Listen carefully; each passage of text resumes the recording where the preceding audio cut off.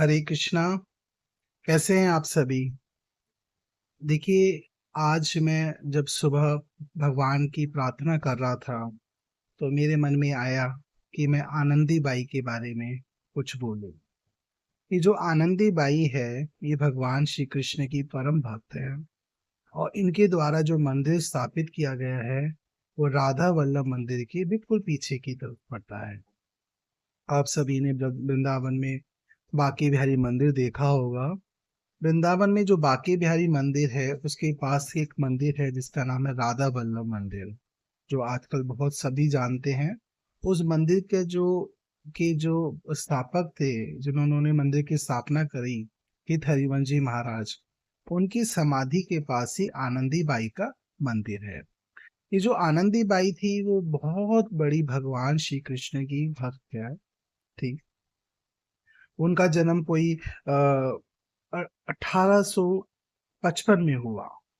और जो आनंदी बाई थी वो कश्मीर पंडित की घर से बिलोंग करती थी, मतलब इनके जो माता पिता थे वो कश्मीरी पंडित थे। और बाद में वो कश्मीर से जो है वो अमृतसर चले गए। और आनंदी बाई जो थी वो इतनी दिव्य भक्त थी कि जब इनकी जो शादी की बातें हो रही थी, जिस लड़के से इनकी शादी हो रही थी, और जब इनका रिश्ता पक्का हो गया, शादी से कुछ समय पहले ही इनके पति की डेथ हो गई। तो आनंदीबाई को बड़ा दुख हुआ, परंतु साथ में उनको एक संकेत भी मिल गया कि भगवान जो है मेरे लिए कुछ और सोच रहे हैं। तो उन्होंने अपने पिता को बोला कि हे पिताजी, अगर आप चाहो तो मेरी प्रसन्नता के लिए आप एक काम कर सकते हो। मेरे चाहती हूँ कि मेरा घर में मंदिर सा बना दो। और आनंदीबाई के पिताजी ने उनके लिए एक मंदिर बना दिया। और उनके जो ठाकुर हैं आनंद वल्लभ की और राधा रानी की स्थापना उस मंदिर में कर दी। आनंदी बाई जो है, और जब उनकी बिल्कुल ऐसे सेवा करती थी जैसे आनंद वल्लभ को समझती थी अपना बेटा और राधा रानी को समझती थी अपनी बहू। तो आनंदी बाई के नजर में भगवान नहीं थे। आनंदी बाई उनको आनंद वल्लभ को अपना बेटा और राधा रानी को अपनी बेटी मानते थे। और आनंदी बाई की जब माता पिता की मृत्यु हो गई तो उसके बाद आनंदी बाई ने वृंदावन में आ गई और राधा वल्लभ घेरे के पास जो मैं बता रहा हूँ, वहां पे उन्होंने एक जमीन ली और वहां पे बहुत सुंदर सा एक मंदिर बनाया। आनंदी बाई जो भगवान श्री कृष्ण से इतना प्रेम करती थी कि भगवान श्री कृष्ण और राधा रानी उनकी गोदी में आके खेला करते थे। और जैसे एक बच्चा, नखरीला बच्चा होता है, नखरेबाज बच्चे होते हैं आजकल, तो आप सभी जानते हो, आप सभी के बच्चे हैं, कुछ नखरे करते हैं। तो भगवान श्री कृष्ण भी उनके साथ नखरे करते थे। और आनंदी बाई जो थी बेचारी बूढ़ी हो गई थी, उनके पास कुछ रिसोर्सेस भी नहीं थे, कोई सोर्स ऑफ इनकम भी नहीं थी। तो भगवान श्री कृष्ण को जो महंगी से महंगी चीजें उनको कहते थे कि मुझे ये ला के दो, मुझे ये ला के दो।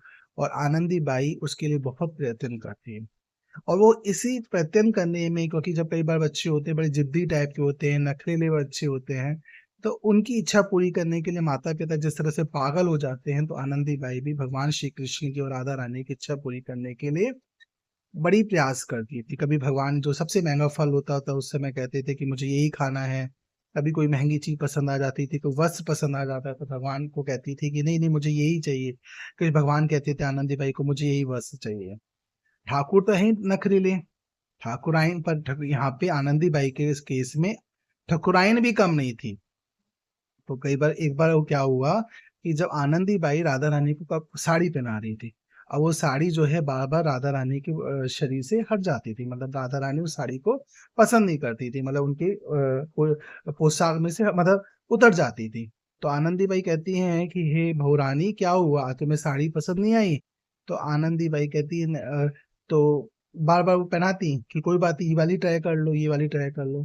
तो आनंदी बाई जो है, राधा रानी को कुछ और साड़ी पसंद थी। तो आनंदी बाई ने कहा कि चलो आज मैं राधा रानी आपके लिए साड़ी लेके आती। तो आनंदी बाई बाजार गई।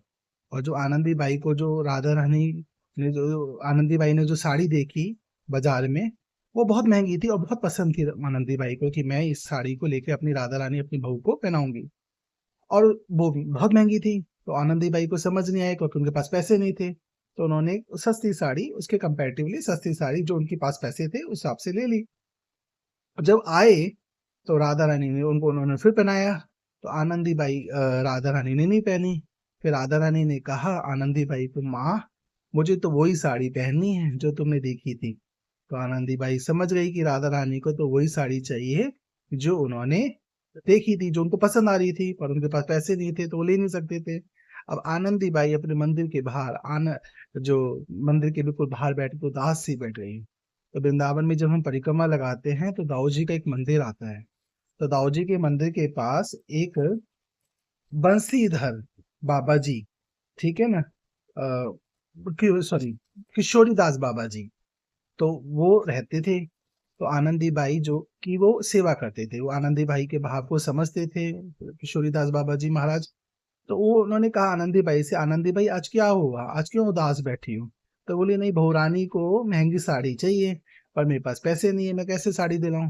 तो किशोरी दास बाबा जी महाराज बोले कि कोई बात नहीं, मैं पैसे देता हूँ। और आनंदी बाई की जो थी वो बाजार के द्वारा गई, और किशोरी दास महाराज जी भी गए और बाबा जी गए, और उन्होंने उस पैसे से साड़ी ली और बहू रानी को पहनाई। बड़ा ही रानी बहुत खुश हुई। तो देखो भगवान जो है, ऐसा नहीं है कि मतलब उस आनंदी बाई को पैसे नहीं दे सकते थे, जो जिस सारी सृष्टि का मालिक है, जिसके पास अगाध संपदा है, मतलब लक्ष्मी, करोड़ों लक्ष्मी जिनकी सेवा करती हैं, वो क्या आनंदी बाई की इच्छा, तो वो कोई ऐसी इच्छा नहीं थी, वो तो बेचारी सूती साड़ी में रहती थी, परंतु अपने भक्त की इच्छा नहीं पूरी कर सकते, उनको सोना चांदी नहीं दे सकते थे। भगवान सब कुछ कर सकते हैं, परंतु जो भक्त होते हैं भगवान की, उनका जो विधान होता है वो कर्मों के हिसाब से नहीं चलता। हम सभी जो हैं संसार में हैं, हमें जो सुख मिल रहा है, दुख मिल रहा है, ये हमारे कर्मों के हिसाब से मिलता है। पर जो भगवान के जो भक्त होते हैं, उनको जो कष्ट आता है, उनके पास कोई कमी होती है, वो भगवान की लीला का ही अंग होता है, भगवान उसमें लीला कर रहे हैं। भगवान आनंदी बाई का एक भाव देखना चाहते हैं कि मैं जो चीज़ चाह रहा हूँ, ये मुझे अपना बेटा मानती है और राधा रानी को ये अपनी बहू मानती है, क्या ये अपनी बहू और बेटे के लिए कुछ करेगी? तो आनंदी बाई ने भी अपनी पूरी मेहनत से, जो उनके पास धन संपत्ति थोड़ी बहुत थी, मतलब आनंद वल्लभ भगवान के लिए जो वो कर सकती थी, मतलब कहते थे उस जमाने में कि सबसे नखरेले वाले जो ठाकुर थे वो आनंदी बाई के थे। मतलब उनको सबसे महंगा कपड़ा चाहिए पहनने को, सबसे बढ़िया पोशाक चाहिए, और नहीं पसंद आती थी 1 मिनट में उतार दिया करते थे। सबसे महंगे फल खाने हैं, सबसे महंगी मिठाइयाँ खानी है।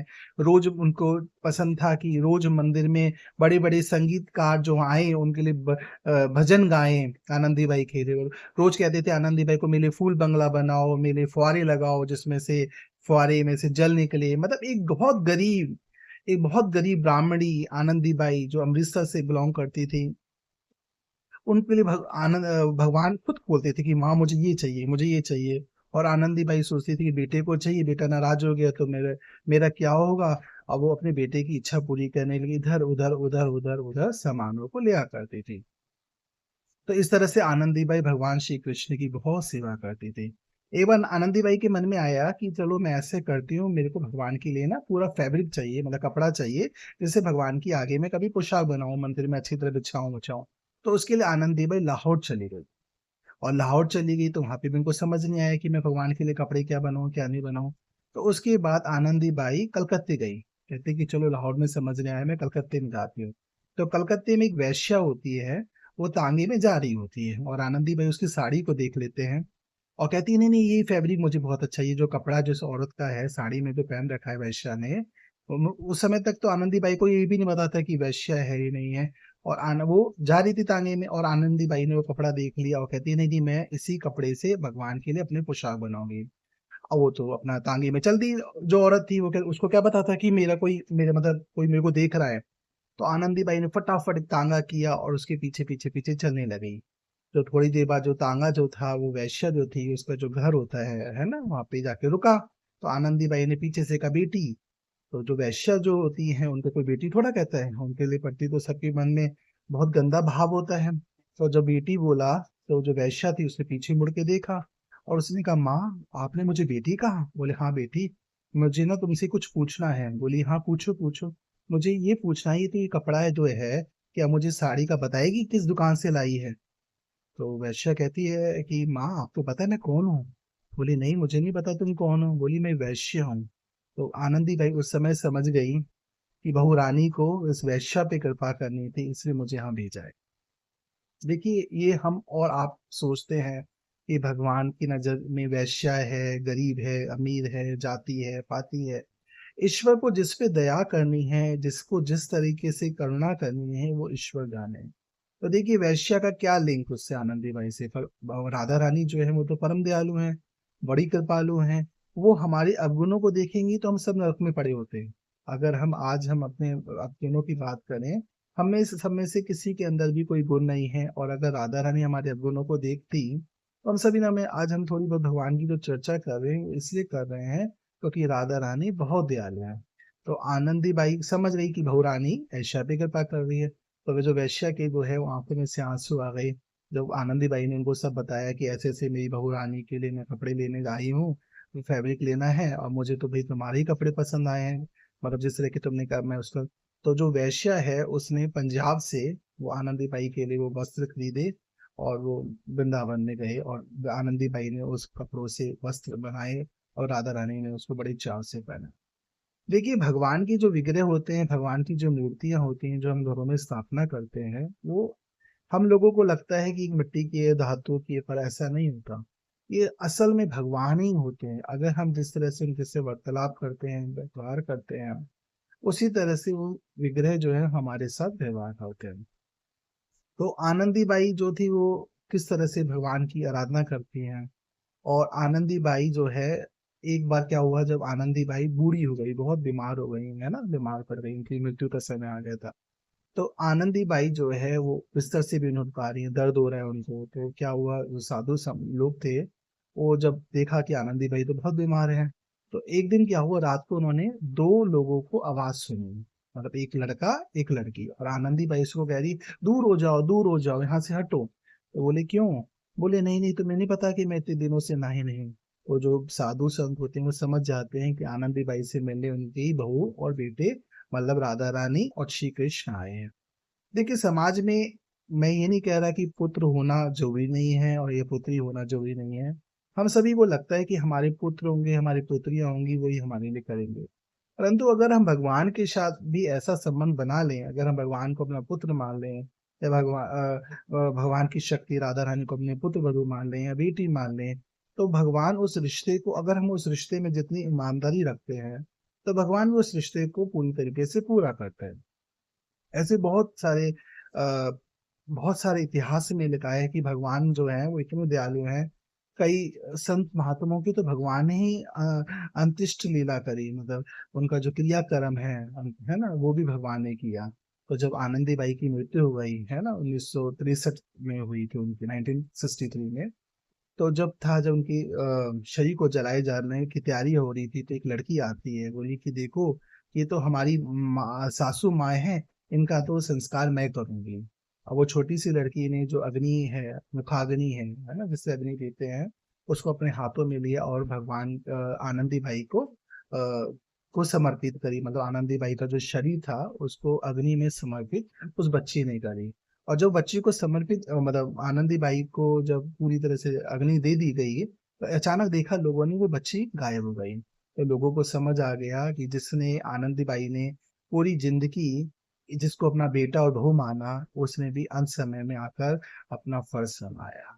तो आप कभी वृंदावन आओ तो बांके बिहारी मंदिर के पास एक राधा वल्लभ मंदिर है, और राधा वल्लभ मंदिर के पास किसी से भी पूछना, आनंदी बाई का मंदिर है। बहुत छोटा सा मंदिर है, और बहुत आपको आनंद आएगा, बहुत दिव्य मंदिर है। भगवान की नगरी में बहुत सारी ऐसी जगह हैं जहाँ पे लोग कम जाते हैं, परंतु जो भाव देश के जो लोग होते हैं, जो भाव में रहते हैं, जो भगवान की नित्य लीला का दर्शन करना चाहते हैं, उन लोगों के लिए तो वो मानो बैकुंठ या घी के समान है। तो मैं बहुत छोटा था जब मैं आनंदी बाई के मंदिर में जाया करता था अपनी नानी के साथ, और नियमित रूप से जाता था। तो आप भी जब कभी वक्त मिले, समय मिले, और आनंदी माई कृपा करें, और आनंद वल्लभ कृपा करें, आखिर ठाकुर तो नखरीले ठाकुर हैं आनंदी बाई के, तो आप जरूर उस मंदिर में जाके दर्शन कीजिए, बहुत आपको अच्छा लगेगा। एक बार क्या हुआ, आनंदी बाई की कहानी है ना, इतना एक इतनी उच्च कोटि के संत हैं, तो एक इंसिडेंट तो होगा नहीं, उनके साथ रोज होगा। तो आनंदी बाई के जो ठाकुर जी थे, उनको सूजी का हलवा बहुत पसंद था। क्या था? सूजी का हलवा। वो रोज सूजी का हलवा, रोज सूजी का हलवा। अब बेचारी बुढ़िया माई, कोई पैसे का रिसोर्स नहीं, कोई इनकम नहीं, कोई ऐसा उस जमाने में कोई नौकरी-वोकरी थोड़ा करती थी। जो साधु महात्मा आते थे, कुछ चढ़ा देते थे या बेचारी कुछ छोटे-मोटे काम करती थी और उससे जो पैसे इकट्ठे करते थे, वो अपने ठाकुर की सेवा में लगाती थी। तो उनको रोज़ सूजी का हलवा था, तो आनंदी बाई ने सोचा कि देखो मेरे ठाकुर की सेवा नहीं होती, वो सोचती चलो मैं हरिद्वार जाती हूँ, वहाँ मैं भिक्षा माँगूँगी और मैं अपने ठाकुर को लाऊँगी। तो जो पंडित को जो उन्होंने सेवा के लिए रख दिया, वो बेचारा पंडित भी बड़ा चालू था। उसने क्या करा हलवा नहीं बनाया, 3 दिन तक हलवा नहीं बनाया। तो आनंदी बाई तो भगवान तो देखो मैंने बताया ना पहले दिन, ठाकुर जी जो हैं वो हमारा भाव के हिसाब से ही अपना रूप बदलते हैं। अगर ठाकुर को आप नखरीले बनाओगे या आप उनको चटक चटक कपड़ा पहनाओगे तो आप किसी दिन आप हल्का कपड़ा पहनाओगे तो उनको भाएगा नहीं। अब जिसको रोज रसमलाई खाने की आदत पड़ रही है उसको अब करेला खिलाओगे तो कैसे खाएगा। तो ठाकुर जी ने उस पंडे के पास हरिद्वार चले गए। आनंदी बाई पंडे के पास जाके कहा कि आनंदी बाई को कहो, मतलब खुद ही भाव देश में है ना, खुद तो है ना, तो उन्होंने उस पंडित को कहा जो हरिद्वार में था कि आप आनंदी बाई को कहो मुझे आ जाए वापिस यहाँ पे, तो मुझे ही पंडित लोग हैं मुझे खिलाते नहीं है और मुझे कोई हलवा ही नहीं दे रहा। तो आनंदी बाई जब वापस आई तो उन्होंने कहा अपने बेटे को कहा बेटे तेरे लिए तो जा रही हूँ। तो है ना, तो कहने का मतलब यहाँ पे मेरा यही है कि देखो कितनी सुंदर लीला है। हालांकि मेरे शब्द तो बहुत छोटे हैं और मैं उस भाव को भी नहीं बता पाऊंगा। और जो आनंदी बाई थी वो एक बहुत दिव्य संत थी, है ना। तो अगर आप कभी वृंदावन जाओ तो जरूर आनंदी बाई के दर्शन कीजिए। कभी भी वृंदावन जाओ तो हमें जो छोटे छोटे स्थान हैं जहाँ पे भगवान ने दिव्य लीला करी है उसके दर्शन करना चाहिए और उनसे भिक्षा मांगनी चाहिए कि जो जैसे आनंदी बाई संत थी कि आप भी हमें कृपा करिए, हम भगवान की भक्ति पाए। भगवान से हमने बहुत कुछ मांग लिया, पूरी जिंदगी मांगते रहते हैं बेटा बहू बच्चे। अब मुझे लगता है कि कोई भी इनसे सेटिस्फाइड नहीं हुआ और हम क्यों मतलब आप खुद सोच के देखिए हम क्यों मांगते हैं। मतलब मुझे कई बार अचंभा सा लगता है कि क्या भगवान हमें खाने को भी नहीं देंगे क्या। जो ईश्वर हम सभी को जब हम पैदा हुए तब से हमें दे रहा है और अब तक दे रहा है ना। तो क्या हमें बाद में नहीं देगा क्या। क्यों हम सोचते हैं कि बस प्रॉपर्टी हो जाएगी तो हम बहुत अमीर बन जाएंगे, ऐसा नहीं होता। भगवान ने सबका एक विधान बना रखा है और भगवान अपने हिसाब से कार्य करे। जितना हम भगवान को अर्पण करते हैं ना, ये प्रकृति है, जितना हम भगवान सृष्टि में प्रकृति में देंगे, जैसे बीज होते हैं गेहूं के बीज होते हैं, दो चार दाने डालते हैं फसल होती है। उसी तरह से हम भगवान की सेवा में जो भी कुछ अर्पण करेंगे भगवान उसका कई हजार गुना करके हमें समर्पित वापिस देते हैं। तो आनंदी बाई की जय। हरे कृष्ण।